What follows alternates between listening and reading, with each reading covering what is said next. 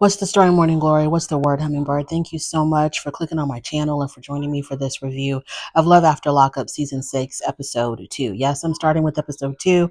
I forgot that this season started already, so I missed Episode 1. I did watch that real quick, and now here we are on Episode 2.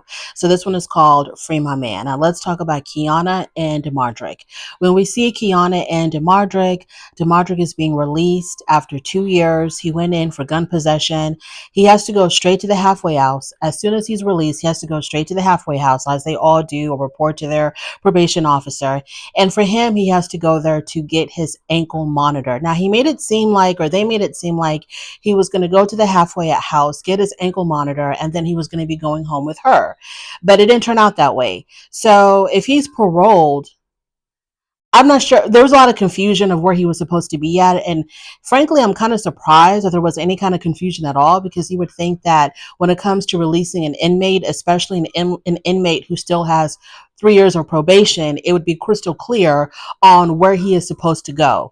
Is he going to be on probation at her house? Is he going to do his probation at the halfway house? Like, what is going on? But there was like a lot of confusion about where he was supposed to be. Now, Damodrick and Quiana, they assumed that he was going to go to the halfway house, get his ankle monitor, and then go straight back home with her. Now, Damodrick said that he never saw himself as, going to prison. He never saw this for himself at all, because he was a college student. He was actually in college.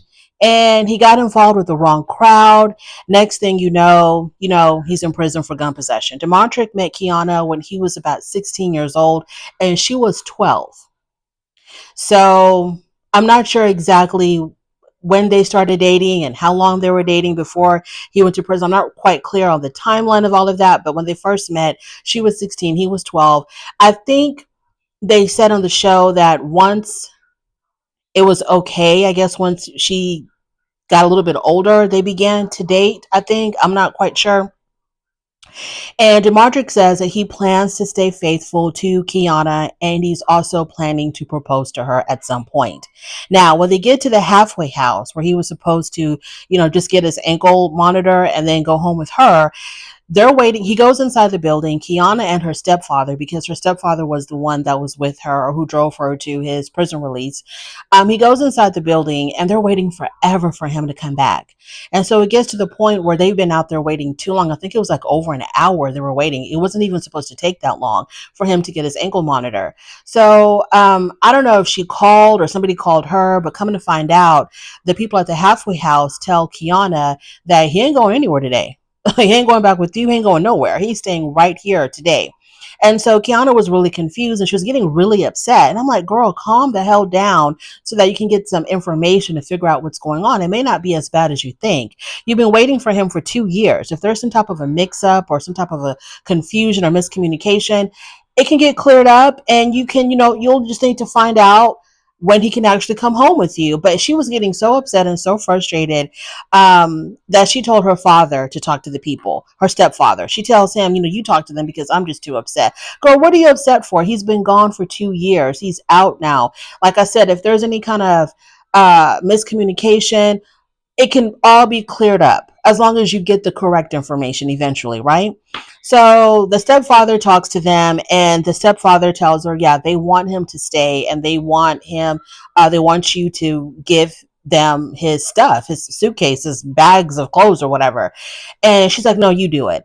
So she goes home without Damodrick. She's extremely upset.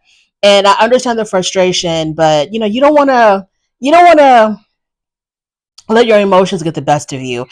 Just stay calm and try to figure out what's going on. And he might be able to come home with you the next day, or sooner than you think. Who knows? But you getting upset and getting all emotional like that, I didn't think it was very helpful at all. Thank God her stepfather was there to, try to get some type of information. Moving on from there, let's talk about Joey and Michael. So I saw Joey and Michael on Love During Lockup. That's the first time that I saw this couple. And from what I can remember, drug addiction is like a big problem in their relationship. Both of them are addicts. Joey, I think he's the one that is on the outside. Joey, I think think, is handling his addiction. Michael, I'm not really sure if he's handling his addiction or not. Of course, being in prison, it's easy to get the things that you need to feed your addiction. So I don't know if he was clean on the inside. I can't quite remember, but I think that is something that they have talked about, that is going to be a struggle for them, especially Joey. Joey said that he is very, very worried that if Michael begins to use again, he's also going to fall back into addiction as well. And his whole family is worried about Joey falling back into addiction, being with Michael. So that's going to be something that they're going to have to try to overcome together as a couple. So when we see them, it is the day of Michael's release. Joey, okay, we talked about that. And as they're leaving the prison grounds, Joey tells Michael that his mom had factory reset his phone, Michael's mom. So he hands Michael his cell phone because he was only in prison for like a year.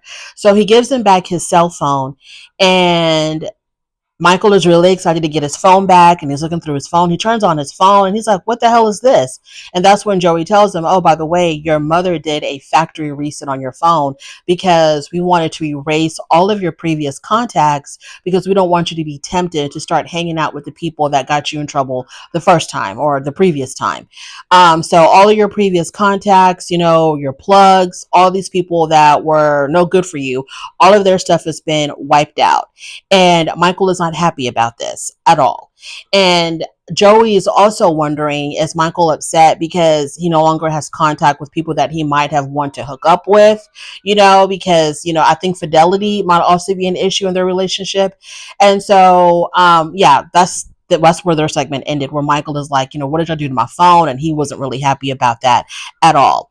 And Joey was like, what do you need your old contacts for when you're trying to make a fresh start? That's the question. Moving on to this year's throuple. Now, Love After Lockup, we've had throuples before where a guy is dealing with two different women. We saw it, I don't know how many seasons ago it was. I forgot all of their names. I think the guy's name was Michael. And he had a white wife. I forgot her name. And he had a black girlfriend. And he had two little girls with his white wife. And neither of the women knew about each other in the beginning, and he was dealing with both of them. So here we are again. Now we have Alexis, Julius, and Ashley. Okay, so I'm a little bit disappointed in Alexis. I don't really know too much about Ashley, but I'm a little bit disappointed about Alexis because Alexis has an actual career. She's in the medical field. She's like a certified nursing assistant or something. It seems like she has a good head on her shoulder. She's got a lot going for her. We see her at work, where she's at the home of a patient, helping a patient. So she's got stuff going on for her, but for whatever reason, she is dealing with this guy named Julius. And so neither of the women know about each other, right? Okay, let's get that understood, that neither one of them knows about the other. So he's playing both of them. Now, when Julius came out of prison, I was like, Alexis, girl, and Ashley, what are y'all doing? This guy just reeks of red flag, just reeks of player.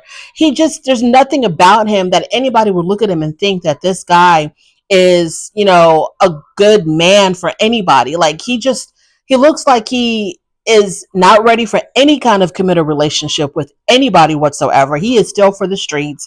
He is still out there, wanting to hang out with his friends, have a good time with his homeboys. He is not about cultivating a serious relationship, a serious monogamous relationship with anybody. So I'm not exactly sure what these two women see in him because they both think that they are the only one in his life.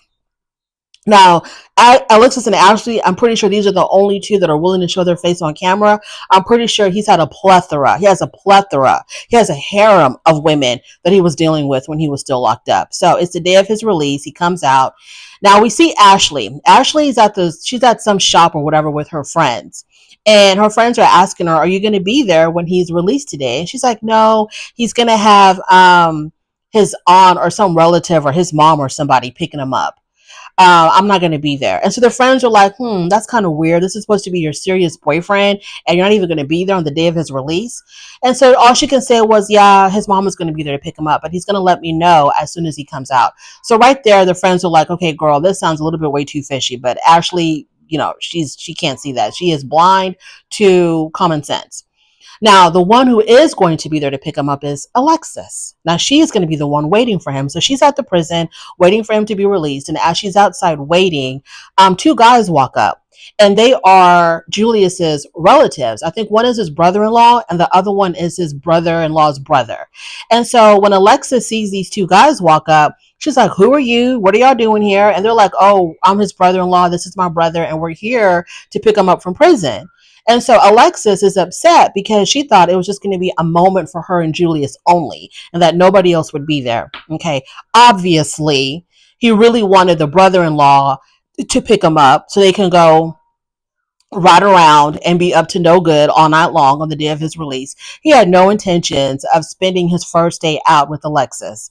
So I don't even know why he bothered to have Alexis come pick him up. Maybe it was because she was going to bring him a phone. Maybe that's what it was, because she pulls out like a brand new iPhone for him. And I'm pretty sure she bought that phone for him. And maybe that's the reason why he wanted Alexis or to get his phone. Okay, so he tells her, no, sorry, Alexis tells us in her confessional that she sees Julius as a leader and as a take charge kind of man. And that, because of this, she considers him a real man. I know she doesn't know that he's playing her, that he's got, another female on the side. I know she doesn't know that, but y'all can look at Julius and know that he is up to no good. Y'all can just look at him and tell that this is a walking red flag, girl. So I don't know what she's seeing. It just amazes me that we're looking at the same guy, but I'm seeing somebody completely different from her.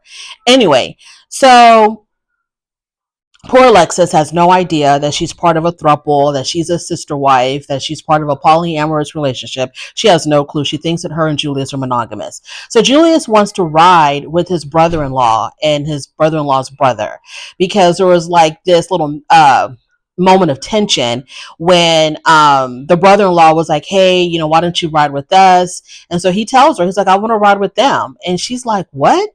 So after he gets the phone, he rides with his boys. And she is pissed. I'm like, oh, so this is your take charge leader type of a man. This is your take charge leader, real man. Does he want to spend time with you on the day of his release? He's been in there for 6 years. He was locked up for 6 years for drug trafficking. Doesn't even want to ride home with her. You would think that the first thing he wants to be with as soon as he comes out is a woman, which he probably does want to be with the woman, but ain't going to be Alexis. So she's upset about that. And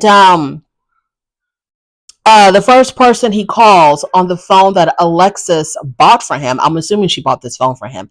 The first person he calls on the phone that was gifted to him by Alexis is Ashley, to let Ashley know that now he's out. So what was the point of Alexis being there? Like I said, I think she was only there to give him the phone. I think he really wanted his phone, and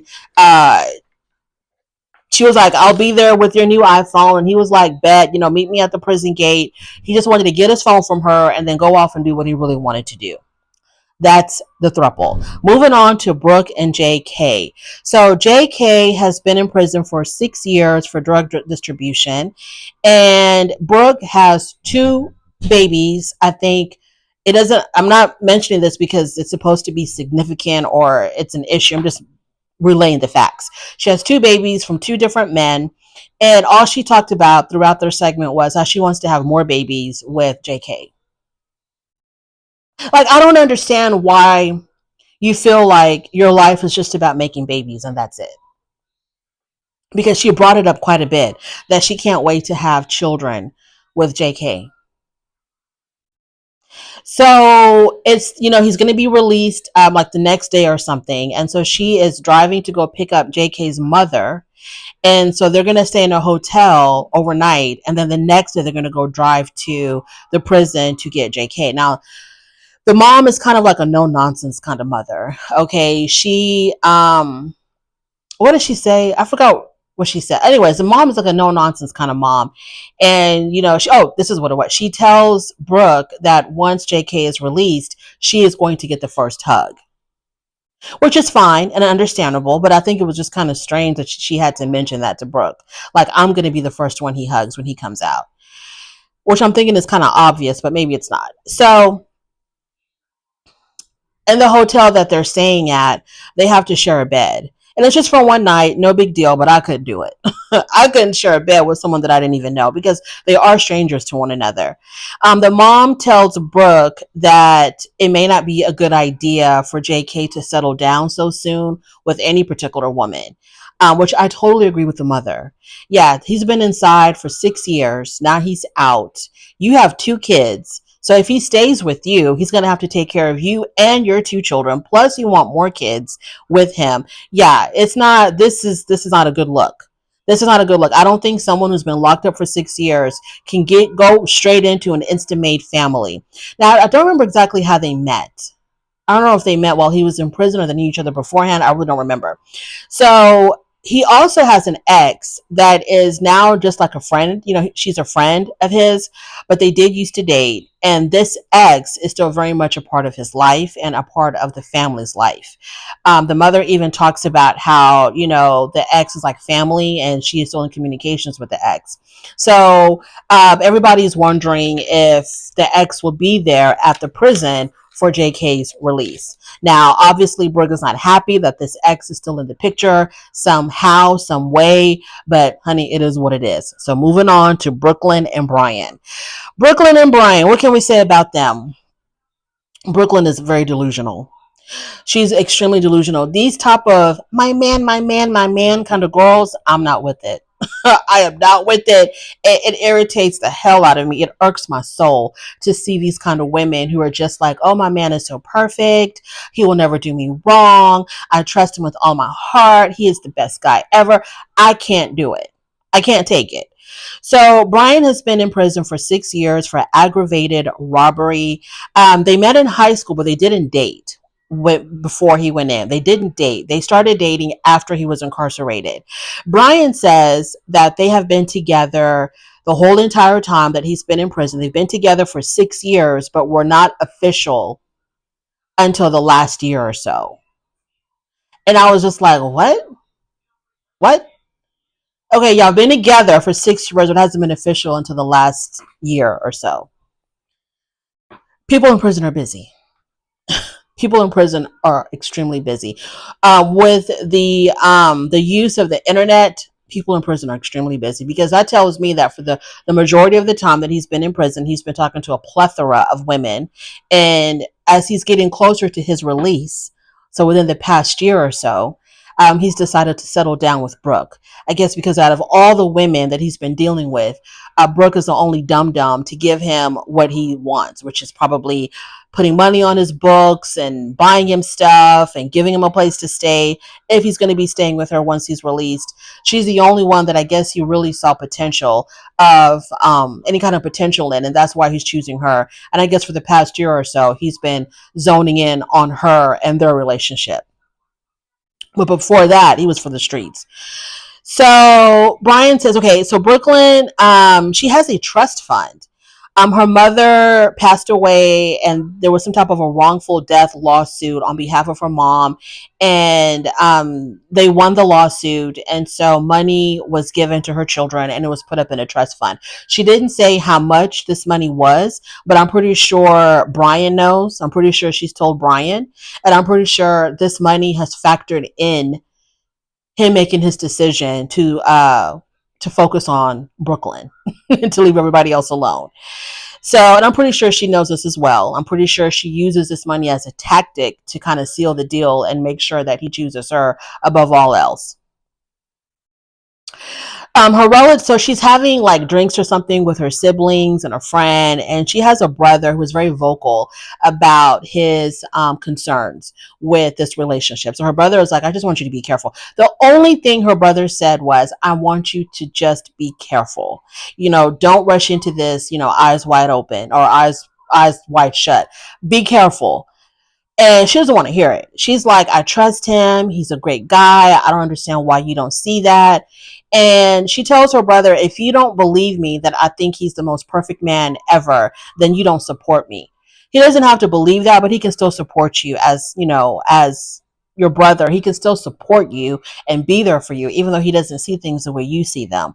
So she was really angry with her brother at this restaurant. She was very angry at her brother. She was like, I can't, if you can't support you, then I don't want you in my life. If you can't support me, I don't want you in my life. I don't need you. Just because he doesn't agree that Brian, who's sitting in prison, is the most perfect man ever, you want to like disown your brother over this guy? Okay. So of course, everybody's telling her, take it slow, don't move too fast, and she's gonna do everything but that. So after arguing with her siblings, she talks to Brian on the phone and she tells him about her family's doubts. Now, I always am a little bit, it doesn't sit well with me when a person wants to tell their significant other all the negative things that their family has said about them. Because I'm thinking that if you are serious about this person and you want to be with this person, you really want to be with Brian because you think he's the most perfect man ever, and this is who you've chosen to spend your life with, then wouldn't you want your family to get along with them? Wouldn't you want your family and Brian to have like a pretty decent relationship? So you telling him, oh, my family doesn't trust you. They think that you're just going to play me. They think you're horrible. How is that helping the situation? I feel like whatever your family tells you, you keep it close to your heart. You don't tell him. And whatever Brian wants to tell you about them, you keep that close to your heart. You don't tell them. So he tells her, oh, they don't know me, but you do. Okay, fair enough. Fair enough. And I think when she was telling him her family's doubts, it was a way for her to express her doubts without making it seem like these doubts are coming directly from her. I think that's why she was telling him these things. Oh, my family thinks that you're this, that, and the third. It's her testing out, how is he going to respond to that? But these are really her doubts. But she's laying it on her family. So yeah, no one can tell. What's her name again? Brooklyn. No one can tell Brooklyn a damn thing about Brian. She thinks that they are meant to be, that they are fated to be together forever. Moving on to Savannah and Bradley. Savannah and Bradley, I also saw them on Love During Lockup. Bradley, to me, seems very disinterested in Savannah. She's like very hyped about him. She's very excited about him coming out of prison. She seems to be really into him more than he's into her. That's how it's coming across to me. So he was in prison for 2.5 years for gun distribution. When we see them, he's already out of prison because I think we saw the release last week. So this week he's already out, and Bradley already has a job waiting for him, which is like amazing for this show, for an inmate to come out with a job waiting for them. It's absolutely amazing. So he already has a job waiting for him. He's not looking forward to meeting Savannah's mother because Savannah's mom has had a lot to say about their relationship. She really is not feeling this relationship. They've known each other. Bradley and her mom, they've known each other for however long Bradley and Savannah have been dating. So there's history there between them. But the mom is not so crazy about this relationship. And of course, Bradley knows all about it. So he's not really looking forward to meeting the mom. But when he did meet the mom, she was so excited to see him. She ran to him. She like threw herself on him. They almost, were knocked down to the ground because, her hug, she gave him this great big hug. And it was like, wow, I thought this was a woman who really didn't see it for them, but she was really happy to see him. So Savannah has struggled with some self-image issues. She's also a recovering addict. In fact, Bradley was her plug, and I think that's how they met. So she's struggling with some self-image issues. When she was an addict, when she was like deep in the throes of her addiction, she was, very small, very thin. I think she said she was like 130 pounds. After she got off the drugs, she gained weight, and she was up to like, I think she said up to 300 pounds. She got gastric bypass surgery and a tummy tuck. But Bradley, which I thought was a little bit snarky of him, he makes it a point to say that her body's different. Her body is very different from what I'm used to. He said that he tells us that she's about 150 pounds. She's however tall, and she's about 150 pounds. So he's saying it as if he's not really happy with her size. To me, she looks fantastic. She looks great. From 300 pounds to 150, that's amazing. That's absolutely amazing. So the fact that he's got anything negative to say about it or to hint that this is something that he's not really into, it's pathetic. But like I said, I've always felt like Bradley was not that much interested in Savannah as much as she was in him. So she's thinking that his first night out, they're going to be, making whoopee. But he was like, I'm too tired. He said he was too tired. And he didn't feel like doing much of anything that first night together. And I really hope it's not because, of her body size. I don't know. I don't know what's going on with Bradley. I don't know if he's like was ever attracted to her. Maybe it's got nothing to do with her size. Maybe he's just not into her. I don't know if it's got everything to do with her size, which to me, she's not even that big. So who the hell knows? But I thought it was Bradley to me is very weird. How he's acting towards Savannah, it's very weird to me. But hopefully we'll, get more info as the season progresses. But that's my review. Thank you so much for joining me. I really do appreciate it on your way out. Please don't forget to rate the video if you like this content. Subscribe to my channel, and I'll talk to you later. Bye.